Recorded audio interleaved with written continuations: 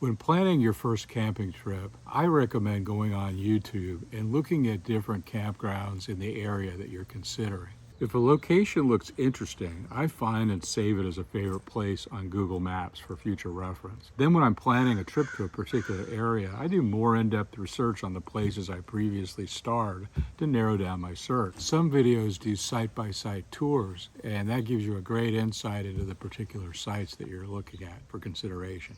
If everything looks good, go to the online reservation site for the campground to confirm availability and book the trip for when you want to go. Many reservation websites show a map of the sites in the campground with site-by-site availability, campground amenities, and rules like when you can check in and whether pets are allowed. If you do find a map of the campground, and better yet, site-specific images and videos, look for sites that aren't sandwiched between neighbors, sites behind your particular site. Is there a potentially noisy road behind your site? Does your site have a view? Are the bathrooms and dumpsters far enough away from your campsite so that if they have a plumbing issue, you're not going to catch a smell from that? But are they also close enough so that you don't need to walk too far? Avoid being near paths with high foot traffic. What's the maximum number of campers allowed in the site? Is the site large enough for the number of tents you'll need? If you're coming in multiple vehicles, is there enough room for parking, and do you need to pay for additional vehicles?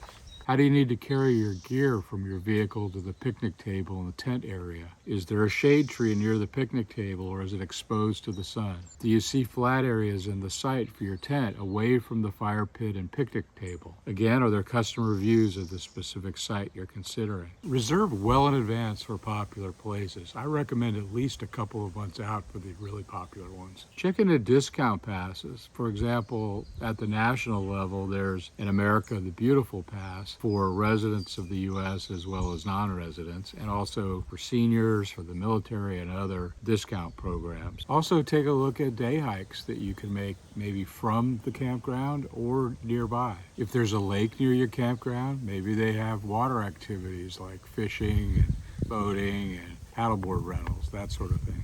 National parks and the larger state parks usually have a visitor center where you can go and see displays on the nature that's specific to that particular park. They also have a shop where if you're a collector, you can either look for a memento, a sticker or a patch, or they even make medallions for hiking sticks, and of course there's t-shirts and hats and things like that that are fun to collect. Also look to see if there's a nearby town or historic sites. Planning for when you're at the campground, bring a deck of cards or the family's favorite board game, and capture memories of the trip with images and videos. Warm weather camping means sunny days and perhaps a lot of bugs to deal with. So bring sunscreen and mosquito repellent. For colder environments, bring clothes that allow you to layer on and off during the day as the temperature changes. And in warmer months, you may be in a mountain location where it's very comfortable during the day, but as the sun goes down, because you're at a higher altitude, the temperature really drops. You have to completely shift your clothing to be more warm. I like to visit desert locations in the cooler winter months, and in order to escape the heat in the summertime, I look for mountain, high altitude locations as well as those near the ocean.